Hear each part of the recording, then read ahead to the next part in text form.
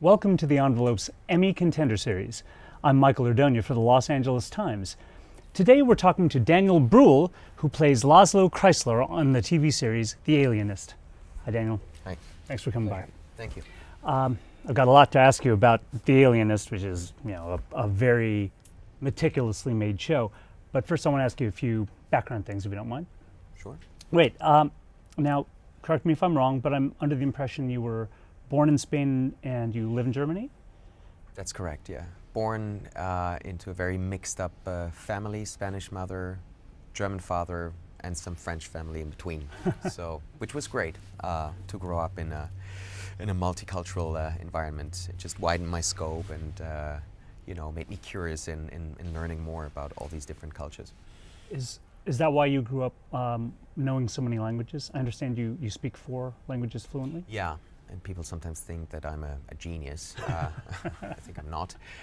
But it was just very, a natural process because my mom fortunately kept on speaking in Spanish, although we moved to Germany. But she didn't want us to lose the Spanish language and the culture. So, and then again, as I said, I grew up with half French cousins, so I also got used to listen to the French language. And it was great because as an actor, that's a very interesting tool because each language has its own strengths and weaknesses. So sometimes you can express certain things better in one language or the other. And that was something that I always enjoyed doing as an actor, going from a Spanish movie to a French one to a German one, English speaking. So Spanish, French, German, where did the English come from? This is the first language we learn in Germany as of the age of 10. Nowadays, even earlier than that, in preschool. It has, similar roots. So for the Germans, I guess it's easier to learn English than, let's say, Italian or French. And yeah, I would say that most of the young people nowadays speak quite good English in Germany. So do you find that you can think in English when you need to? Yes. Yeah. Because most of us became aware of you with Inglourious Basterds, which was written by a guy who's known for his dialogue. Yes. So I was just wondering if, for you, if that's, I guess, the 3rd or 4th language you picked up, if you were aware of how badass that dialogue is, if I can say that.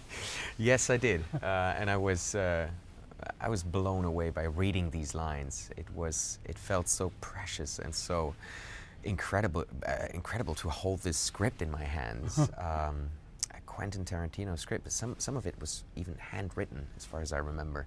Yeah, the title was always his own handwriting, and I think he still writes on a typewriter. So yes, and it was so good, and of course he knows that it's so good that not a word was touched. That's something I never experienced again.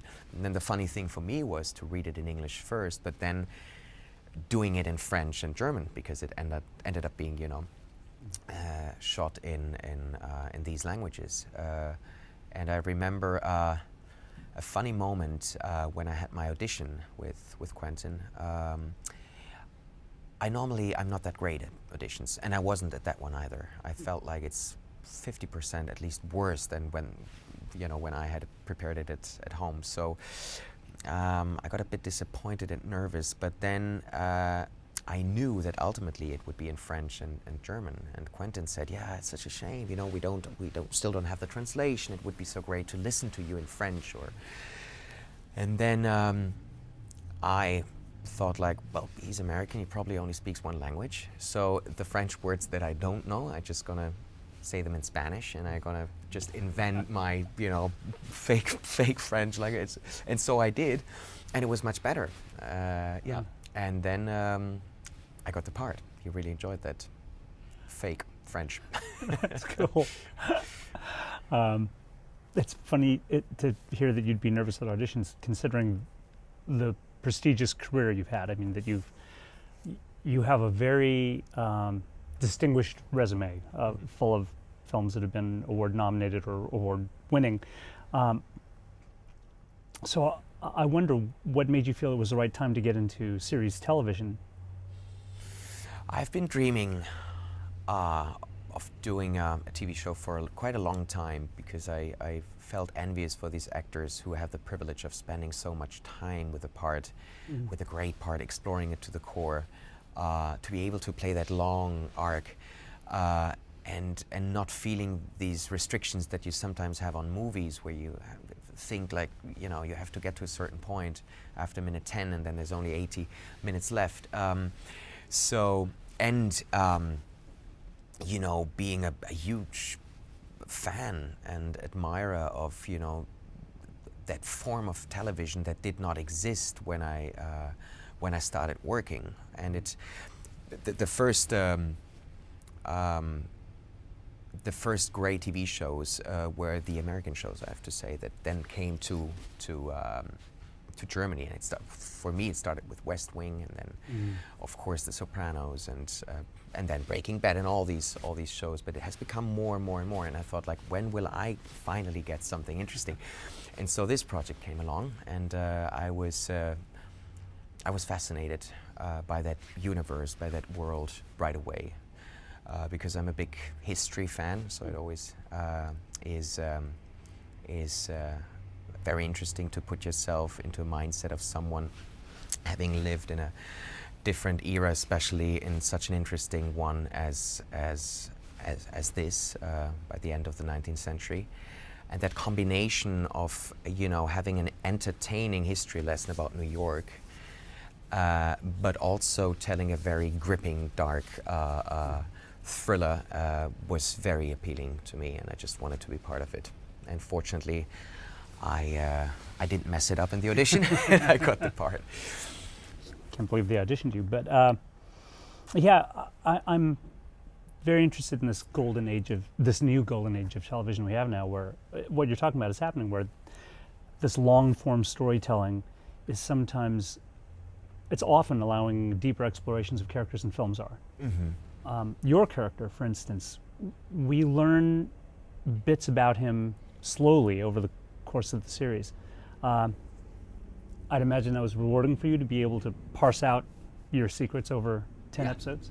Yeah, it's great. Always open up a little bit more, but still being so contained, you know, which was very accurate. And we all are quite contained. I mean, even Luke Evans' character, because it was, you know, Victorian times. But then on top of that, this man I'm playing has to cover up so many traumas and demons of his past, and he's you know, a brilliant analyst, a brilliant psychologist and alienist, and analyzing everybody around him. But when it comes to him, you know, he's very reserved and very scared. And then only in the last episode, you know, there's that really frank, open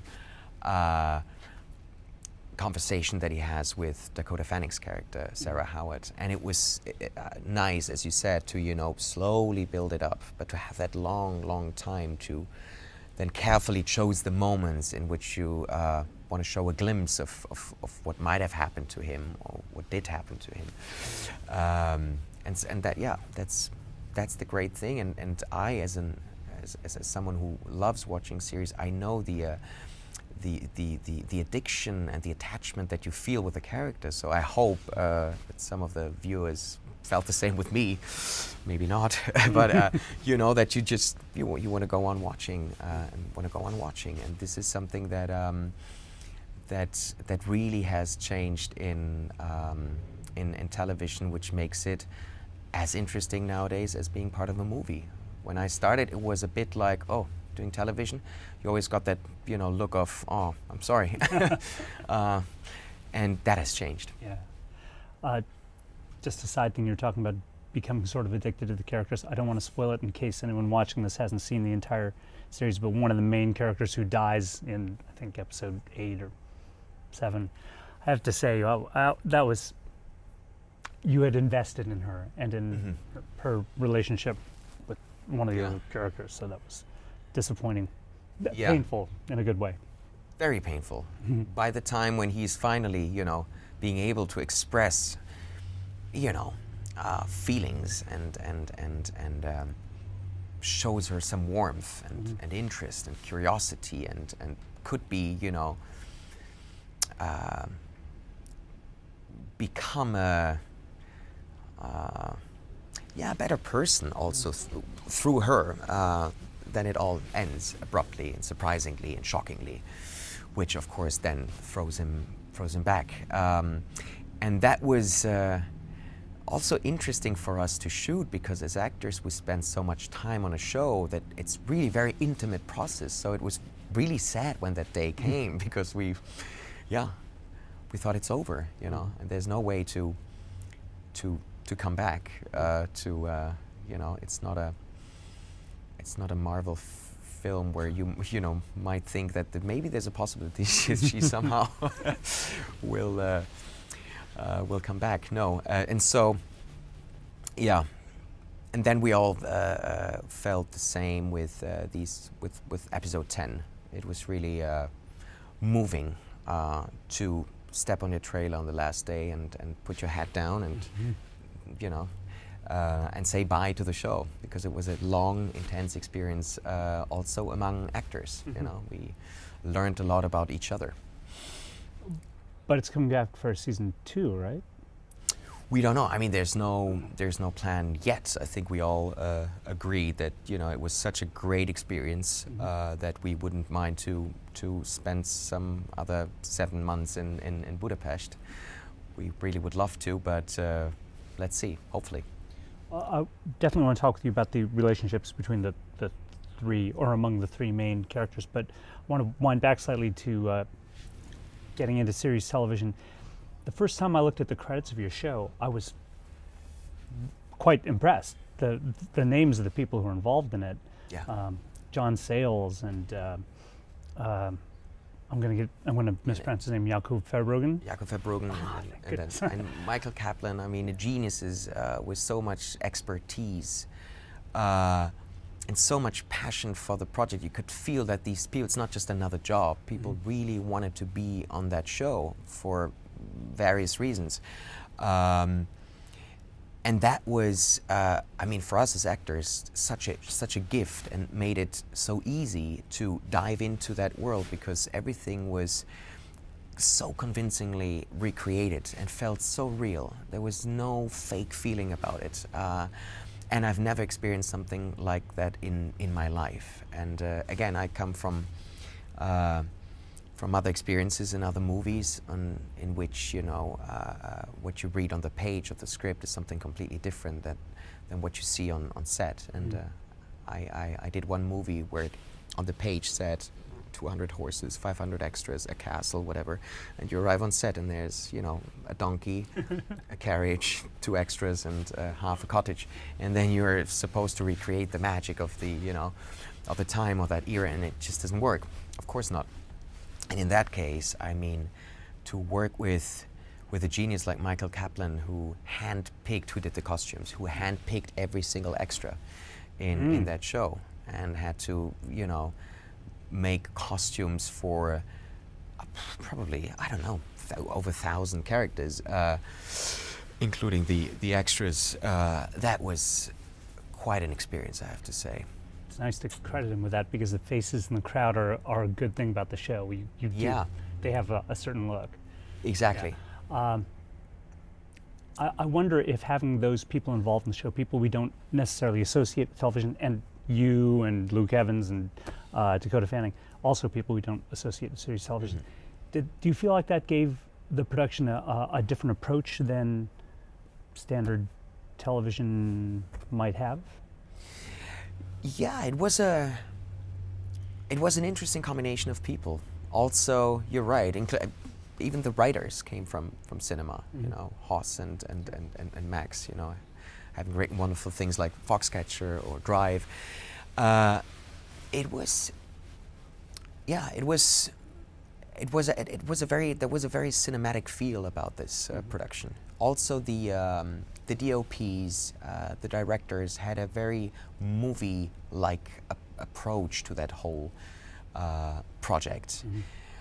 and it was very important to them to be as international as it could be, like New York was at the time, as a melting pot. So Jakob loved the idea to see me in Berlin and cast me for that show, to go and see Luke in London and Dakota in New York.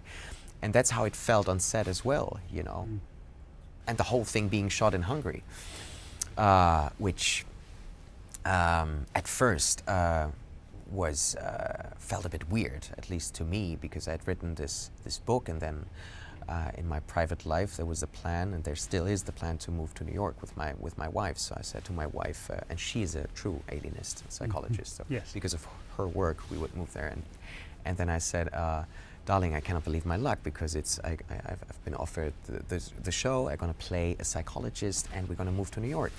And then I got the call from my agent and said, oh, there's one more thing.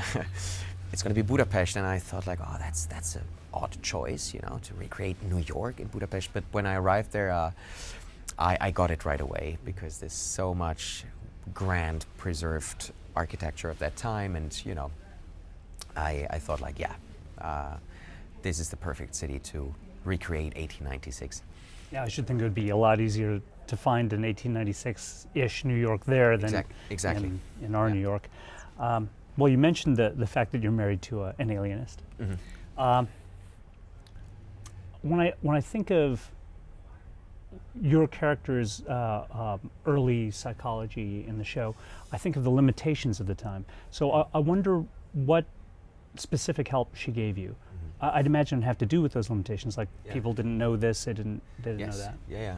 Well, she gave me a lot of stuff to read, especially the biographies about the famous Viennese psychologists like Freud and Breuer and Jung were very, very helpful. And there's a lot of interesting references and similarities between those, especially by things that I read about Freud and Laszlo Kreizler. And I'd be curious to know how much, you know, that was an influence for Caleb Carr in you know, inventing this wonderful character of Laszlo Kreizler. So that was very helpful. Also, my wife explained to me that back in the days, the problem was for the psychologists that they didn't do introspective analysis. So nowadays, every psychologist has to go to his own psychologist, you know, to cope with all the pressure and the problems of the job, which is incredibly intense and hard.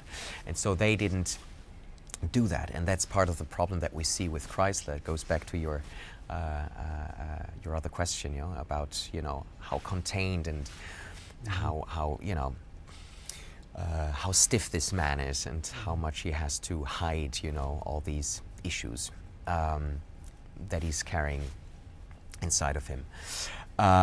But then also she said it would still be interesting to go and see and talk to contemporary psychologists.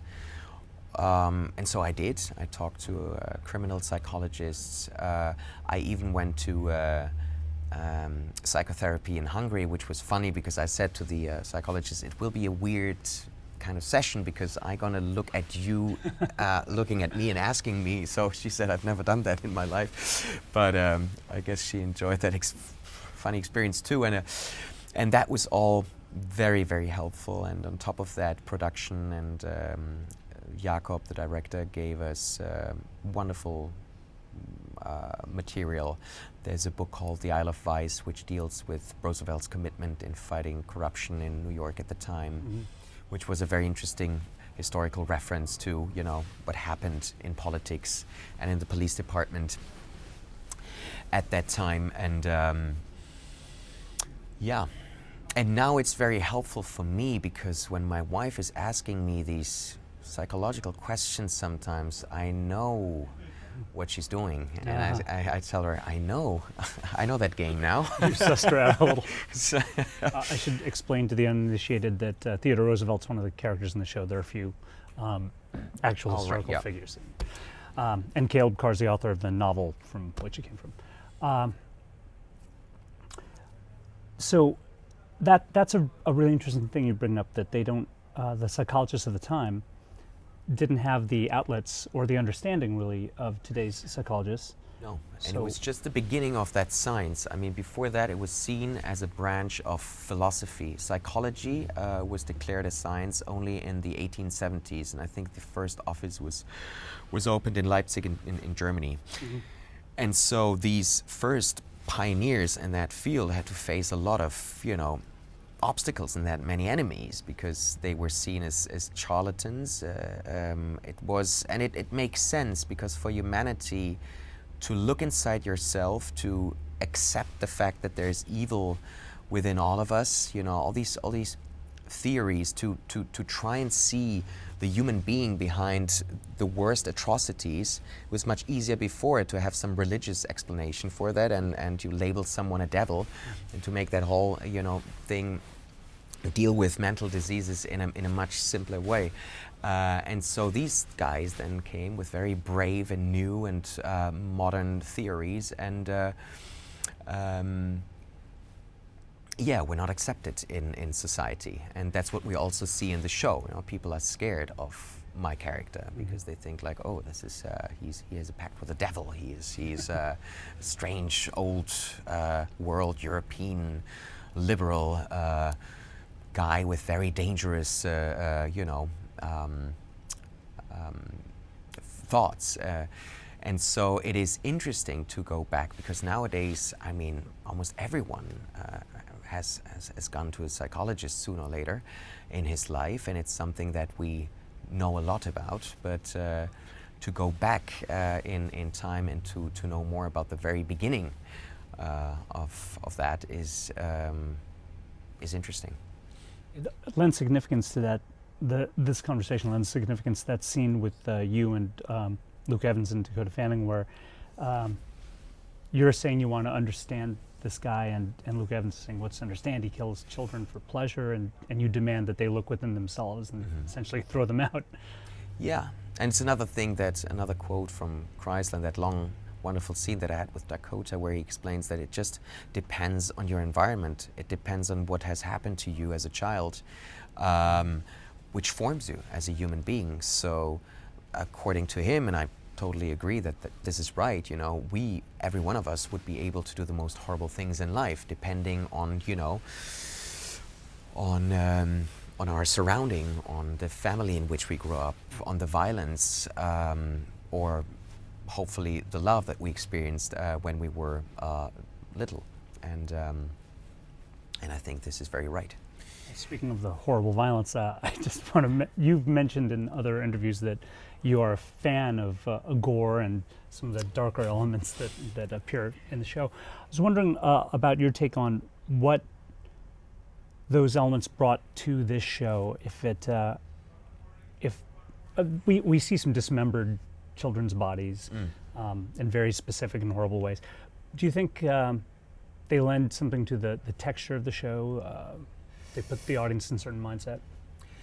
I think they do, because it was important to show the degree of horror and violence, so that we really ask ourselves, who can do this? And that long hunt for that very vicious killer makes sense. And you always have in mind, you have these images in mind, so that you understand finally the huge trauma, because it then deals with psychology, and Kreizler says, who is really trying to understand, to get into a human mind capable of such things.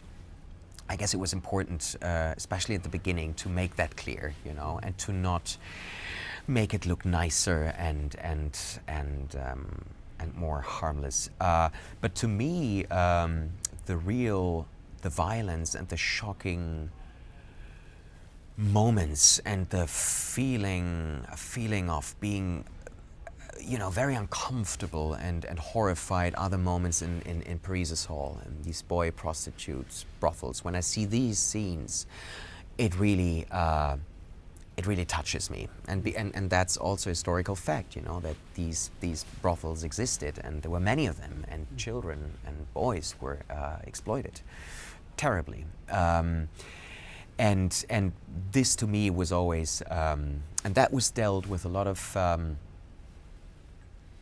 carefulness and cautiousness by Jakob, and I think they managed to show that in the right way, because you never see, it's never explicit, but you know what is going on, and when these boys take their makeup off, you see that they're children, you know, and when they put it on, you know, they become these, you know, seducing prostitutes, aged 12 or so. So this is really the horror, and that's all based on real facts. I'll say that was a pretty jarring and effective thing they would do when they would remove the makeup, and we'd be reminded, yeah, these are kids, young boys. Yeah. I'm going to hit you now with our lightning round, in which we ask you a series of questions that we ask everyone who sits on this sofa. Oy, oy, oy. Yes. So fast answers? Fastish. Fastish. Okay. One word or? No, just whatever comes to mind. Okay. What was the last show you binge watched? Handmaid's Tale. Oh, knew that right away. Season 2 out? Yeah, it's out now. I'm behind. You're ahead of me. If you could go back and be on any TV show ever, what would it be? Sopranos. I thought you'd say Sopranos. Yeah. Yeah. What would you? I don't know what I would play now. I might be cut out of the show. But yeah. Work on your Jersey accent? Yeah. Oh God, yeah. It'd be fun. That's it. Yeah. I just had a feeling because you mentioned them earlier. I thought that would probably go. A lot of people watch TV to unwind. What do you do to unwind? Reading. Go for a run. Chill with my son. Yeah. What are you reading? Recently, again, some historical material. My favorite writer is Stefan Zweig, and so he's written the most wonderful biographies on famous people in history, but never in a boring way where you think of, you know, you're back at school and you have to go through that, but it's just, you know, the lightest and yet most intelligent read. And so I just finished the book about Maria Stuart, which I was always fascinated by her and I think Margot Robbie played her or is playing her. I think this, and I cannot wait to watch the film. It's a fascinating character in history, so I finished that. I'm sorry to sidetrack your lightning around because there's one more question, but you mentioned being a father, and I wonder how that affected you taking on this role, because I know when I became a father, I started to watch movies differently. Yeah. I found myself bawling at movies that what makes me sad is that he won't be able to watch it for another 15 years. And so, yeah, he'd just been born. He was a couple of months old in Budapest. So sometimes I took him to set, and even as a very, very little baby, I saw his puzzled eyes when he saw me in costume, and you know, he was touching the fabric and looking at me in this weird way. Is that Papa? Is that? So I will always think of that show also because it was emotionally such a wonderful moment for me in life, and to going from darkness on set to light and love back home was great. That'd be a curative. All right, the last lightning round question. What do you know now that you wish you knew on your first acting job? That's a good question.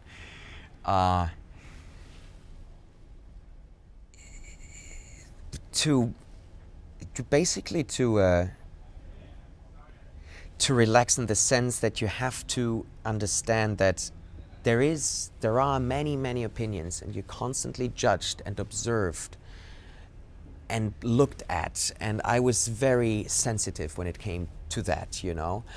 But instead you have to put the volume down of all these voices and just really carefully listen to your own intuition and to your own gut feeling, and play the scene as you thought it's right to play, and then go, you know, move on from there. But to not be too, you know, not give too much attention to all these opinions around you.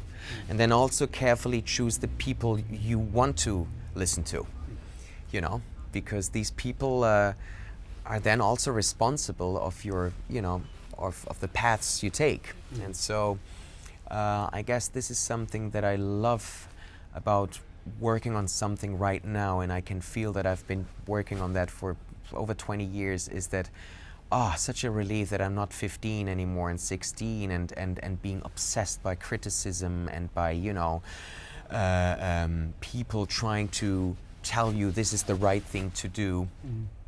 And it includes that you also have some missteps in your career and you have failures. And this is very important, to fall down, because then you stand up again.